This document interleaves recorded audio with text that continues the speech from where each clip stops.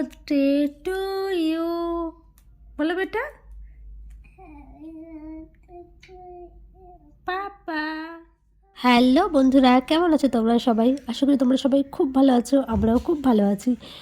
তো আজকে হচ্ছে আমার বরের জন্মদিন। আজকে না, জন্মদিনটা কালকে, কিন্তু আমার বর থাকবে না। আর আজ পর্যন্ত বিয়ে এতদিন হয়ে গেছে, আমার বর কখনো জন্মদিনের দিন থাকে না, মানে ওর এই দিনকার ছুটি পায় না কিছুতেই। সবারই একটা বার্থডে লিভ থাকে, ও সেই লিভটা পরে নিয়ে নেয়। তো কী করা যাবে, বরের সামনে তো বলা যাবে না যে খারাপ লাগে তুমি থাকো, কারণ কি কাজটা আগে। তো এর জন্য আমরা আগের দিনই কেক কেটে নিই 12টার সময়। তো এখানে চুজ করছিলাম কোন কেকটা নেব। আমার ছেলের অন্য একটা কেক পছন্দ হয়েছিলো, যেটা দেখতে খুব একটা ভালো লাগছিলো না, উপরে স্ট্রবেরির মতো ওইগুলো ছিল, কিন্তু ওইগুলো না খেতে ভালো লাগে না। আর এখানে আমাদের সিলেক্ট করা হয়ে গেছে, আর এই যে বার্থডে কেকটা। তো এরপর বার্থডে বয় কেকটা কাটবে, তো কেকটা কেটে নিক। আর এখানেও বেচারা খুব ঘুম পেয়ে গেছে, তার কারণ হচ্ছে কালকে ভোর 4টের সময় ওর বাস আছে।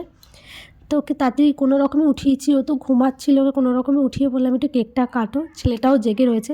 ছেলেটা দেখো পুরো 12টা অবধি জেগে রয়েছে, কিছুতেই ঘুমাচ্ছে না। না পাপা কেক কাটবে, পাপাকে ডাকবো, ওর এটাই তো আনন্দ বলো।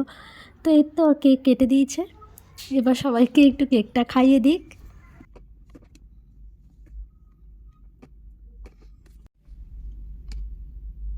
আমি বাটার করতে খাবো। আচ্ছা, তুমি পাপাকে একটু খাই দাও। তো এই যে কেক কাটা কেক খাওয়া দুটোই কমপ্লিট, এবার ঘুমিয়ে পড়বো। আর আজকের মিনি ব্লগটা এখানেই শেষ করছি। যদি ব্লগটা ভালো লেগে থাকে প্লিজ এটা লাইক করে দিও, কমেন্ট করো এবং আমার চ্যানেলটা সাবস্ক্রাইব করে নিও। বাই।